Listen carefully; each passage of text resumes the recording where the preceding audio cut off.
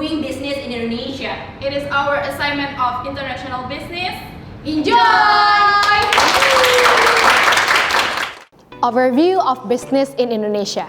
With the region's largest populations and economy, Indonesia is the giant of Southeast Asia and one of the world's most populous democracy. Its size and remarkable economic growth also attracts many investors. With its population of more than 260 million and growing middle class and a nominal GDP about $1 trillion, Indonesia now attracts eyes of investors interested in grabbing a share of its massive and rapidly growing market and transition towards a modern, industrial, and service economy. Indonesia is growing away from its dependence on export of raw materials. With policies aiming at the development of new infrastructure, the Indonesian government targets long-term sustainable growth and attractiveness through a business-friendly taxes that helps both small and large companies. With its large land area and tropical climate, Indonesia is rich in natural resources such as oil and minerals, timber, and raw of semi-transformed agriculture products. Its workforce makes the country an ideal hub for industrial production. With its size, diversity, and rich cultural heritage, Indonesia is also aiming at boosting its tourism and hospitality sector. The population is also one of the most attractive on social media in the region. This is very large and active digital community, and growing penetration of mobile devices help the revolution of several undeveloped industries and financial services through new fintech startups. For the opportunities, why Indonesia? Currently, the 16th largest economy in the world, business in Indonesia continues to become an increasingly popular choice for savvy entrepreneurs wanting to break into Asia. Market observers expect Indonesia will become the world's fourth largest economy by 2050. Entering into the market sooner rather than later will offer significant returns on investment. Moving early enables you to capitalize on the growing market potential before your competitors enter the mix. With an economy that has grown more than 5% per year for the past 10 years, it is clear why Indonesia is a firm favorite among foreign investors. These are business opportunities in Indonesia for foreigners. The first one, travel agency. With over 17,000 islands in Indonesia, the country offers diverse landscapes and purposes to augment global visitors' traveling experience. More than 16 million foreign tourists visited Indonesia in 2019 alone. Here's how you can start a travel agency in Indonesia. Choose your business structure, get a name for your business, register your travel agency under the Tourism Law 2009 and Standard of Business Tourism Area 2014 Law 17. And finally, obtain a business certification of the tourism sector. For the manufacturing sector, Indonesia is ranked 10 as the largest manufacturing country in the world, and this sector has employed more than 20% of the country's working age population, approximately 25 million.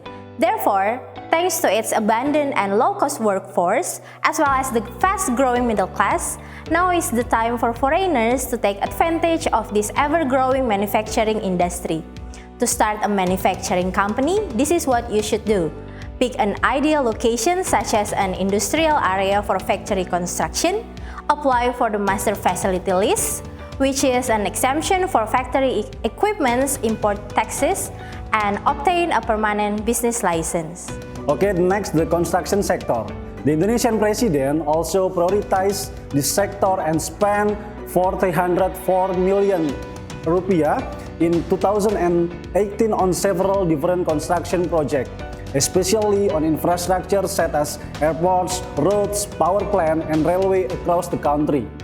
By complete infrastructure also means to speed up the country development, and more business opportunities in Indonesia will start to emerge as a subsector or other related sectors. How to start a construction business in Indonesia? Know the right type of the construction service your company will be involved. Pick a legal structure. Register and incorporate your construction business. get the correct type of the business license and related certification. For example, Expertise Certificate or SKA, Business Entity Certificate SBU, and Construction Service Business License EUJK. And the next sector is about e-commerce. E-commerce in Indonesia had stunning result in 2019. The sales volume were $2.7 billion US. The country also has the highest online market transaction in entire Southeast Asia. The Indonesian e-commerce market was expected to grow to $1,130 billion US in 2020. The process to set up an e-commerce business in Indonesia: acquire a business license, fulfill business requirement, obtain a tax number, a technical license, and a company registration license, assist in government program, submit valid enhanced information regarding the owner, goods and service, and etc. Service sector. In comparison to the entire population, the country has a very small number of high-quality, well-regarded consulting business. Foreigners seeking lucrative business possibility in Indonesia should consider forming consulting firms that specialize in business advice services, insurance and financial services, stock market services, and education and training services. Mining and energy industry. In terms of world oil output, Indonesia is ranked 23rd, ahead of numerous countries that are members of the Organization of Petroleum Exporting Countries. Indonesia's oil and coal reserve, strategic geographic locations, and low labor costs make it a suitable location for mining and energy investment. The mining and energy sector, which is a cornerstone of Indonesia's economy, is a safe and profitable place to put money. The provinces of South Sumatra, South Kalimantan, and East Kalimantan are the center of Indonesia's mining and energy industries.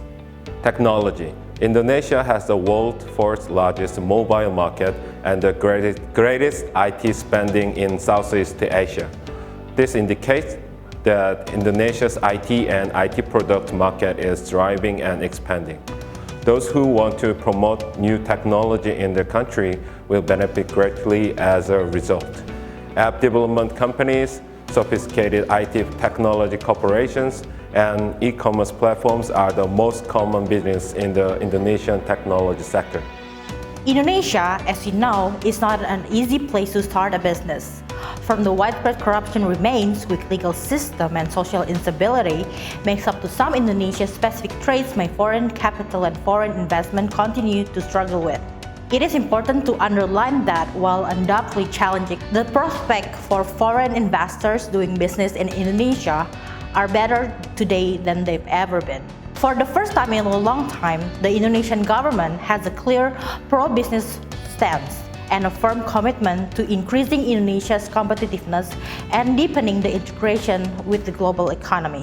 Incorporating a business in Indonesia requires extra effort compared with many other markets. By setting aside the sufficient time to understand Indonesian business climate, society, and regulatory environment, doing business in Indonesia can be easy and profitable.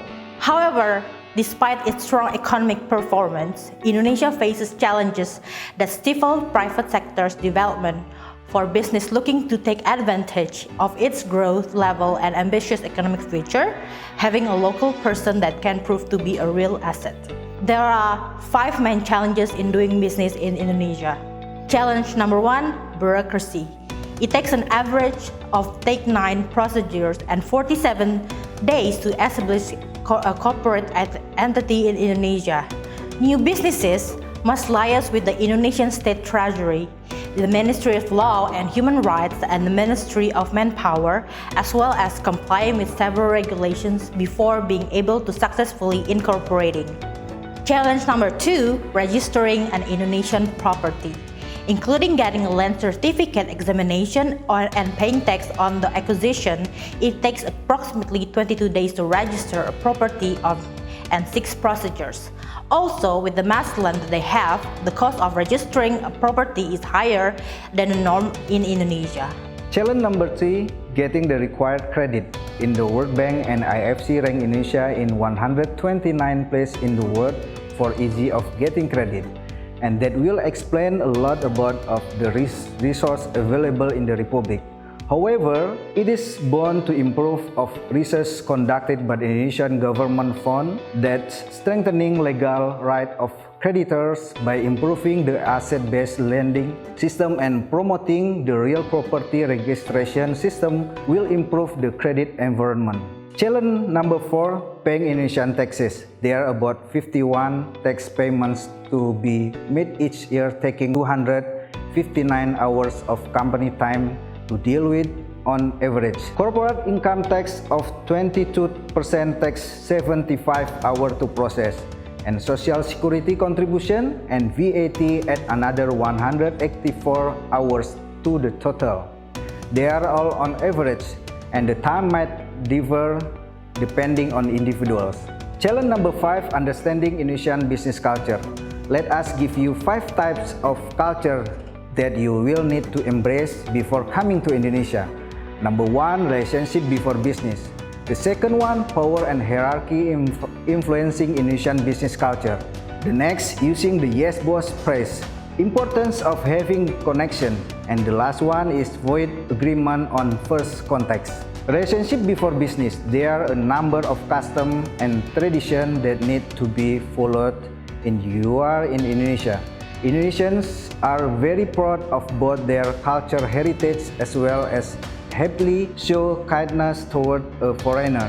However, once you are in Indonesia, you will understand how many customs actually need to be followed.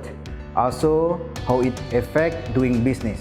Power and hierarchy influencing Indonesian business culture. Hierarchy principles here are similar to several other ASEAN countries. Not everyone is equal in society, and this also reflects in an organization. In other words, employees with less power in life expect and accept to have less at the workplace as well. Using the yes boss phrase, satisfy the request of another. However, do not be fooled into thinking it automatically confirms what is being discussed in between partners. Importance of having connections. When dealing with governmental sector in Indonesia, Indonesians grow a strong bond with people they know. And this coincides with point number 2, they follow up on those close to them as well as on those of higher rank. If you are new, chances are you are going to be left behind in the list. Therefore, bond and build relations with the locals while putting in a general interest.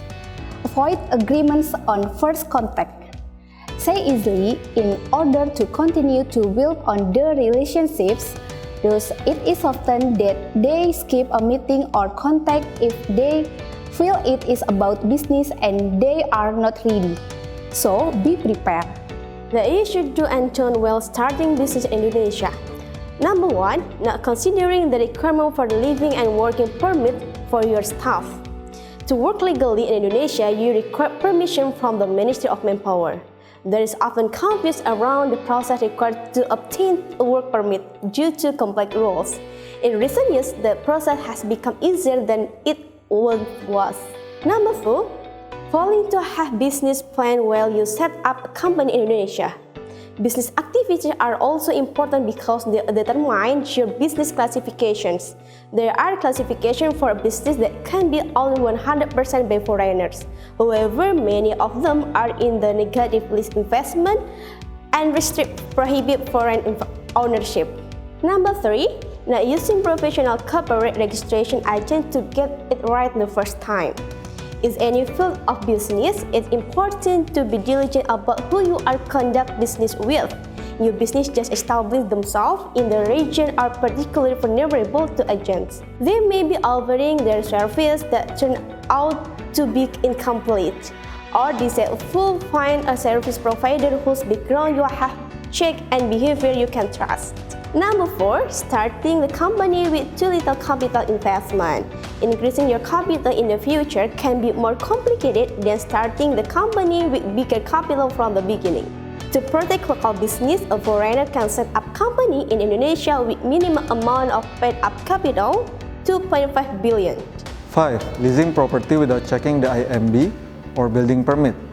checking property documentation thoroughly, or hiring agent to do so on your behalf can help you avoid leasing a property that does not meet the proper requirements. 6. Running into obstacles by planning too far in advance. As a rapidly growing and evolving market, things change in Indonesia almost daily, and with them, so do the business opportunities for growth and expansion. 7. Losing control of your business by making risky nominee arrangements. An agreement like this minimizes the risk of a nominee leaving with your assets or being unable to manage the company without nominee support in the future. Using a nominee company instead of an individual also eliminates risks such as death, divorce, or marriage, which can impact a nominee arrangement. 8. Not reporting tax and investments correctly. Always report your taxes on time from the very beginning. You must report tax immediately after receiving your tax card. Regardless or whether you had any activity or not, this is something that the authorities in Indonesia are monitoring closely. Failing to be flexible and go with the flow.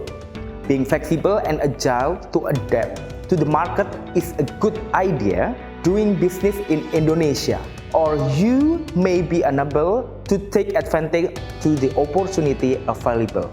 Running into enforcement issues by picking and choosing which law to comply with.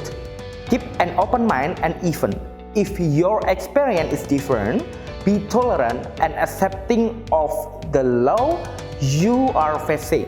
If some laws are confusing, this is no reason to disobey or bypass the law. This is where you should ask help from an agency. Losing money due to unrealistic expectation about the time it takes to get started.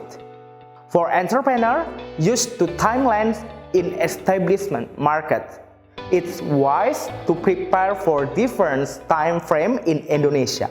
The minimum time set out in law are guide only and can be impacted by anything from online system being disrupted, office closure, holiday, or religious ceremonies. This is part of Indonesia life and needs to be respected and forced into your business planning. And the last, losing out on a big opportunity by giving up before beginning. An entrepreneur will be successful in Indonesia when he or she overcomes the fact that surroundings are a limitation and sees them instead as an opportunity. This is what Indonesia is all about, exploring the possibilities and coping with what may come along during the journey. How to start a business in Indonesia? What are the types of the legal entities in Indonesia? Firstly, there are 3 common types of legal business entities in Indonesia. Establish a PMA company in Indonesia. The procedure: Step 1, approval of a company name. Step 2, deed incorporation. Step 3, approval of legal entity. Step 4, registration of tax ID (NPWP). Step 5, domicile letter. Step 6, application of NIB. Step 7, application of the other license. Benefits of the PT PMA, foreigner-owned company: ability to employ foreigners, own the rights to register product, own the rights to obtain license. Benefit of local PT company in Indonesia for foreigners: even though there are other legal entities particularly designed for foreigner, a limited liability foreign-owned company and representative office. Starting a local company may bring more benefit to some foreigner entrepreneurs. No restrictions from some business fields, lower cost incorporation costs. In the registration process of local PT, there is 7 steps. Step 1 is company name application. Step 2, article of association preparation. Step 3, DED of established approval. Step 4, certificate of domicile acquisition. Step 5, taxpayer registration number, or we can call NPWP application. Step 6, business identification number, or NIB application. And the last step is step 7, company registration certificate acquisition. The benefits of representative office in Indonesia. First, low incorporation costs. As mentioned, a representative office or RO is an affordable way of how to penetrate the market in Indonesia. The second is visa sponsorship. Even though representative office are not permitted to generate revenue, they are entitled to sponsoring work and stay permit for the foreign employee.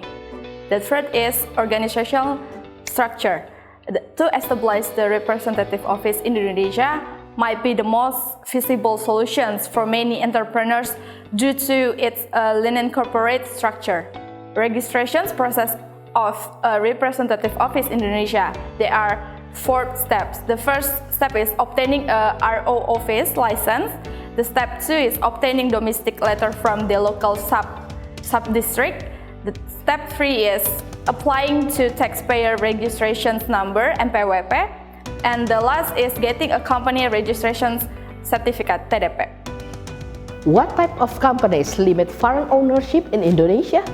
The prevailing documents and regulation, new business owners need to refer to Indonesia's Positive Investment List, previously referred to as Indonesia's Negative Investment List, DNI. The foreign ownership percentage share in title types, example PT, PT PMA, or RO, business sectors, and business lines, locally referred to as KBLI, is outlined in Indonesia's Positive Investment List. It is a comprehensive document that details thousands of KBLIs, each with a different set of regulations. It is therefore important to first understand what KBLI is, does your business fall under. Following the enactment of Indonesia's Omnibus Bill, its government has released an update of business sectors and lines, also commonly referred to as KBLI, that are now open to foreign investment in Indonesia. Although the revised Negative Investment List was drafted to attract more foreign investors and has been dubbed to the Positive Investment List. This long-awaited list may not carry the weight of its namesake. Now, let's understanding the 4 categories of Indonesia's Positive Investment List. The key thing investors should not is the creation of a new category in the last Positive Investment List. Under Presidential Regulation Number 10/2021, foreign company or commonly referred to PT PMA interested in this business line, they will need to meet a set of criteria including but not limited to export-oriented, national project, use of advanced technology, labor-intensive, and high capital investment.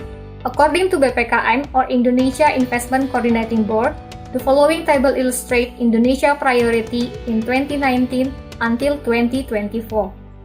While the new regulation did not clearly define the labor-intensive, according to Ministry of Industry, labor-intensive is defined as business that employs at least 200 workers with labor cost that accounts of 15% of total production cost. In total, there are 245 business lines included under priority sector, 183 business lines eligible to get tax allowance, and 18 can get tax holiday. 44 can get investment allowance. Here are some noteworthy are.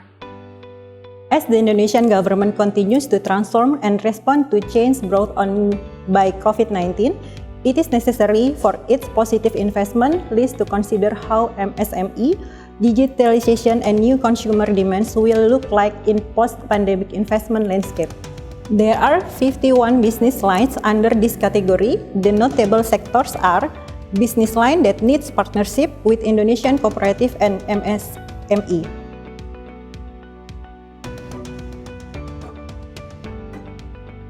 Foreign investor or foreign company looking to enter this business will require a form of local business partnership arrangement under the following forms of partnership with Indonesian companies. Business field with specific requirement or limitation. The amendments to this category left a smaller mark as they affected a handful of business sectors, namely media, broadcasting, aviation, sea transport, wood, and coffee sectors. There are a total of 46 business lines included in this category. Here's some of them. Indonesia closed sector from foreign investment. A total of 6 sectors remain closed or restricted for investment from both domestic and foreign companies. Starting a business in Indonesia ranges from 1 to 3 months. The time taken is highly dependent on how quickly business owners are able to send across company documents, deeds, reports to their market entry consultant to fill the process. Companies that have their full set of documents ready can start operating in under 30 working days from the time their documents are submitted to the Indonesian authorities. Company registration in Indonesia advisory on legal entities. When a foreign investor or a business wants to register a company in Indonesia, it advises business owners on the 3 types of the legal entities in Indonesia: a local company, foreign direct investment company, and representative or branch office. Local company setup. A local company is structured as an entity that is 100% owned by a local. Then, a foreign-owned company setup. A foreign company, limited liability company, is a legal entity that can be full owned by a foreign companies or investor. Then, a representative office or a branch office setup. Representative office is also commonly referred to a branch office. A foreign company or investor can fully own a representative office. Company registration Indonesia difference between legal and entities. The first one is activity, investment plan, stakeholder, authorized capital, additional requirement, tax obligation, mandatory tax report, negative investment list, document needed, legal document created, estimate time, and then the last one is a company secretary. How to obtain a domicile letter? A domicile letter, locally referred to as a surat keterangan domisili, is legal proof that you have registered your company's office location or address. All foreign-owned companies are legally required to own an office during the process of their incorporation. To obtain a domicile letter, all that is required is an office lease agreement. Domicile letters are issued by both the kelurahan or administrative village and kecamatan or city or regency subdivision. It is worth noting, a residential address is acceptable as a business address. For business owners who are looking to start small, a virtual or service office is a total solution for obtaining your domicile letter and space for small teams to remain productive.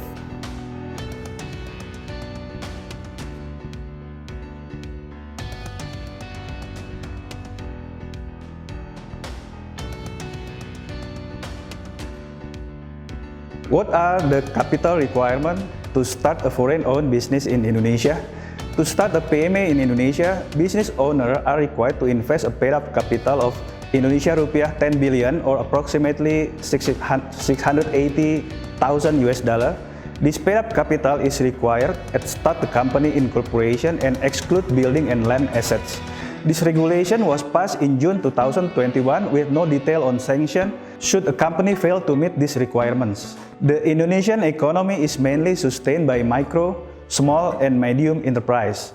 It generates 50% of its GDP and accounts for the largest, approximately 58 million MSME in Asia.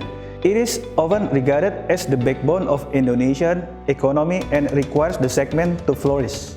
Changing the capital of the PME company.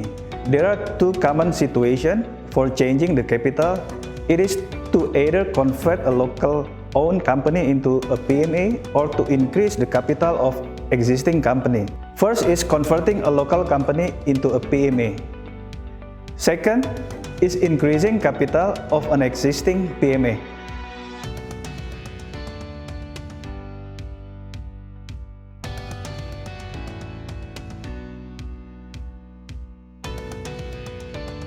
What activities are allowed for a representative office? A brand or a representative office in Indonesia is commonly used for, but not limited to, market research of investment opportunities, building early-stage market presence, building vendor relations, branding and promotion, research and development. A representative office is also suitable for companies who are looking to set up back or support office. Example, call center or design house. From the example listed above, the common trait that lies between them is these business activities do not generate revenue for the business. This remains the key characteristic of representative office. To provide a clearer idea, here are some activities of a representative office in Indonesia cannot carry out. Engagement in any trading, including export and import, commercial activities that can generate profits, entering a business contract on behalf of the parent company or provide a service for a fee. Some factors you might want to consider before starting your business in Indonesia. Will the business activity be suited for the country? Whether there will be a potential customers for your products, or whether your products are needed by the markets. Also, please consider to be considerate with the local customs and beliefs. Indonesia is a culturally diverse country. Hence, one city or region to another can be significantly different. After considering some of the factors mentioned before, you can start to set your business. Please ensure to follow the right procedures to register your business with the relevant authorities. There is an official government website that can help you to register your business. The Indonesian Investment Board website, also known as Badan Koordinasi Penanaman Modal or BKPM. Within the BKPM website, there are elaboration of steps to be followed to get your business license and on how to register your business properly in Indonesia. Alternately, you can hire a business consultant firm to help you. There are plenty of well-reputable business consultant firms in Indonesia. Their contact address and website can be easily found, and you can consult them to get you to start your business in Indonesia. That's all from us. Hope you get the insight from the video. Thank you.